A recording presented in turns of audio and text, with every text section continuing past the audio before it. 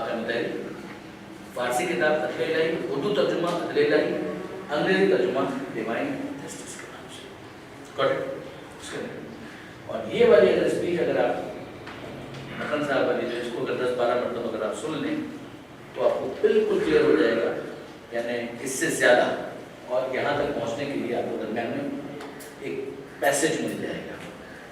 اور پھر اس کے بعد اگر اس سے بھی پہلے اس کو سنیں تو آپ کو ایک اوور مزید حاصل ہو جائے گا ایک تک حد تک. اینی کوشچنس بھی آپ لوگوں کی طرف سے کوئی چیز تو نہیں؟ آپ جو بیٹا بتائیں.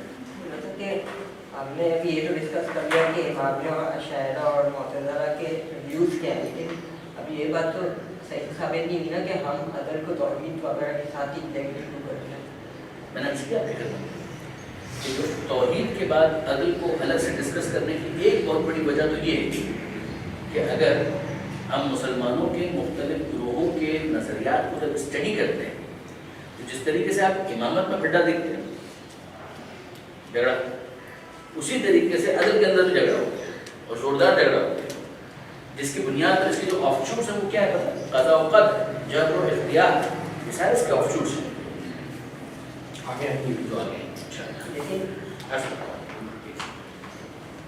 تو ایک تو اس کی وجہ سے اس کو الگ سے ہائی لائٹ کیا گیا. دوسرا ریزن کہ اگر آپ عدل کو ہٹا دیں تو پھر آپ کی نبوت جو بھی تھوڑی دیر پہلے معجزے والی میں نے پوری بحث کی تھی وہ کلاس کرتا ہے، لنک ہی نہیں بنتا. خدا ہے بالکل ہے، ٹھیک ہے، خدا ایک ہے، جی ہاں ایک ہے، ثم ماذا، پھر کیا؟ پھر کیا؟ آپ نبوت تک کیسے آئیں گے؟ اگر آپ عدل کو درمیان میں سے ہٹا دیں گے تو آپ نبوت تک کیسے آئیں گے؟ وہ تو کسی کو بھی نبی ہونے کے کیپیسٹی کے اندر وہ نبی ہے نہ ہو معجزہ دے سکتا ہے. پورا دین کولیپس کرتا ہے، نہ امامت اسٹیبلش ہوتی ہے، نہ نبوت کو قیامت کی تو کوئی ضرورت ہی نہیں. ہم سوال کریں تاکہ لوگوں کے پاس کوئی حجت باقی نہ رہے. کیا حجت باقی نہ رہے؟ مرضی ہے ہماری، ہم جس کو چاہیں گے جہنم میں ڈالیں گے، جس کو چاہیں گے جنت میں ڈالیں گے. ہماری وہ قدرت کا جو بالکل غلط کانسیپٹ چلا گیا کہ قدرت کا مطلب یہ ہے کہ خدا اپنی شان کے خلاف بھی کسی کام کو انجام دینا چاہے تو دے سکتا ہے. دس بیکمس کلیئر اگر آپ عدل کو اس میں شامل کرتے ہیں. پروردگار عالم نے خود توحید کے لیے لفظ استعمال کیا، ان الشرک لظلم عظیم. شرک ہے وہ ظلم عظیم. عدل کی بیسک جو ڈیفینیشن ہے وہ کیا ہے کچھ ہے جس کا جہاں ہونا چاہیے وہ وہیں پہ موجود ہو، جس کا جہاں ہونا چاہیے. بالکل یہ بس اس سے کسی بھی چیز کو اس کے مقام پر رکھنا، جو جس کا مقام ہے اس کو اس مقام پر رکھنا، اس کو اس کے مقام سے ہٹا دینا، یہ ہے ظلم.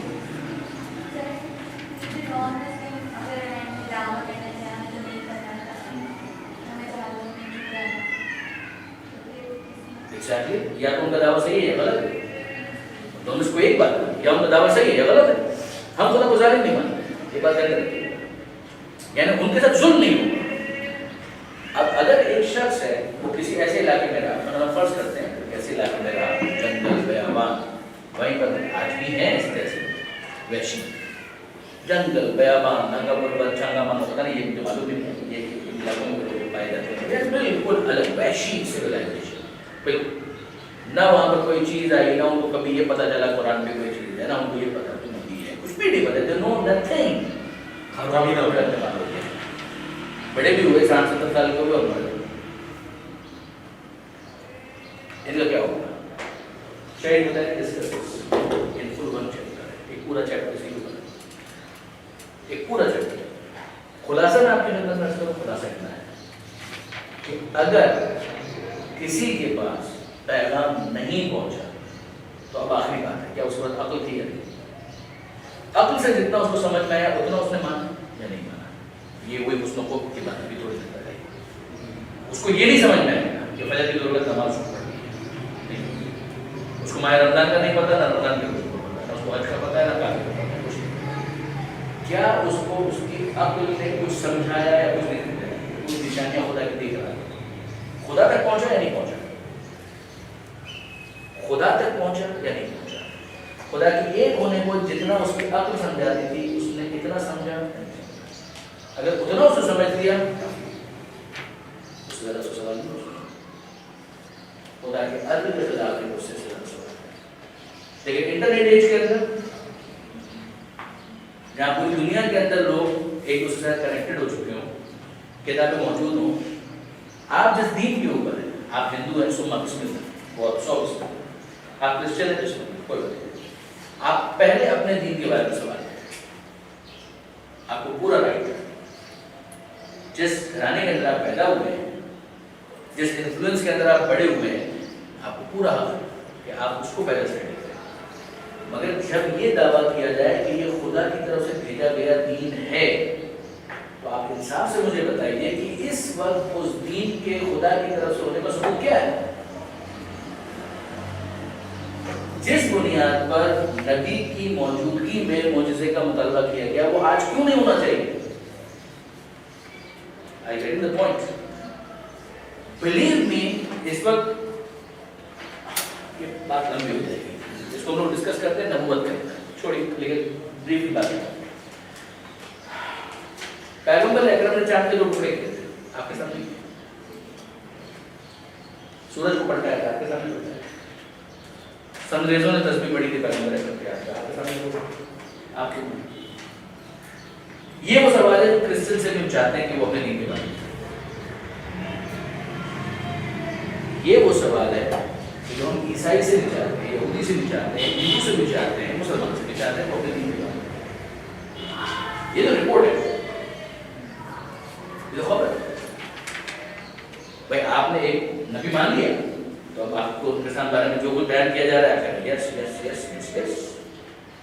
یہ وہ اعتراض ہے. ایتھیسٹ جو خدا کا نہیں ماننے والا ہے وہ سب پر کرے گا، جو خدا کا صحیح ماننے والا ہے وہ بھی یہ سوال کرے گا. جو خدا کا صحیح ماننے والا ہے وہ کہے گا جناب میں تو ماننا چاہتا ہوں، لیکن یہ میرے لیے ثابت تو ہونا چاہیے کہ یہ واقعی اللہ کے نبی تھے. جیسے ہی مثال کے طور پر کسی نے کہا عیسیٰ علیہ السلام مردوں کو زندہ کرتے تھے، آپ کے سامنے کیا؟ کوڑی کو اچھا کرتا آپ کے سامنے، جس کے سامنے کیا وہ مانے، آپ اور نہیں مانے. چاند کے 2 ٹکڑے کر دیے ہمارے پیغمبر نے.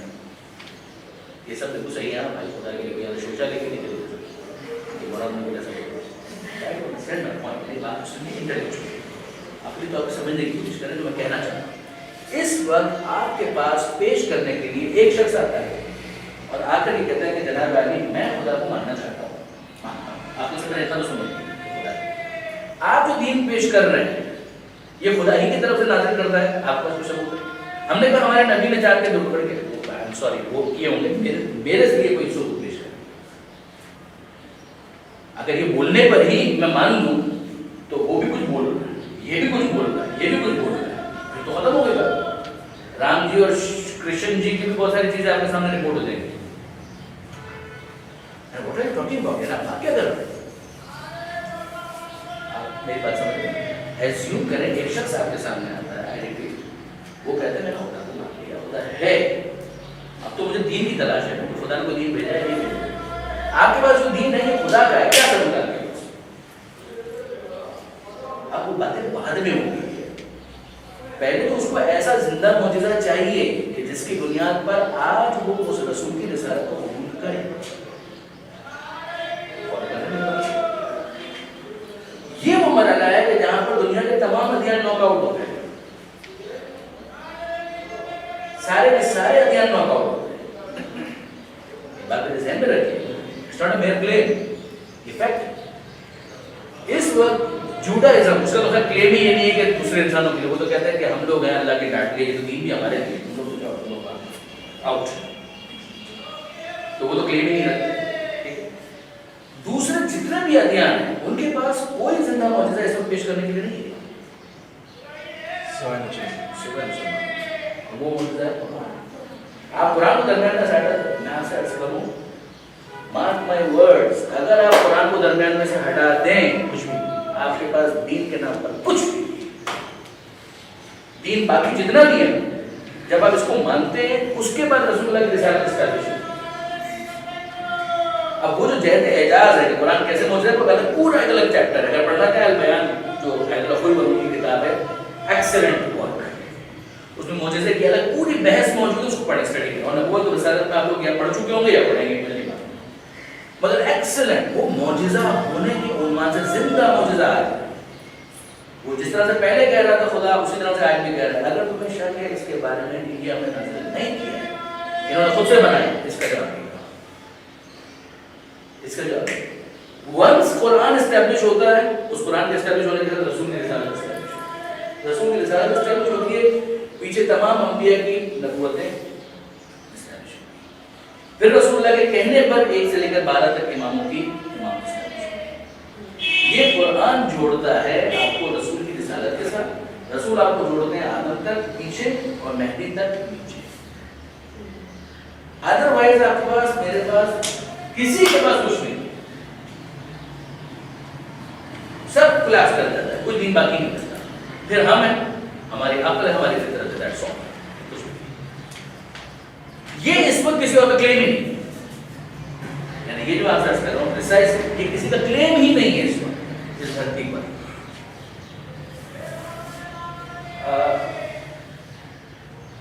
فارملی ہم اس کو کلوز کرتے ہیں، اس درس کو اس وقت کلوز کرتے ہیں.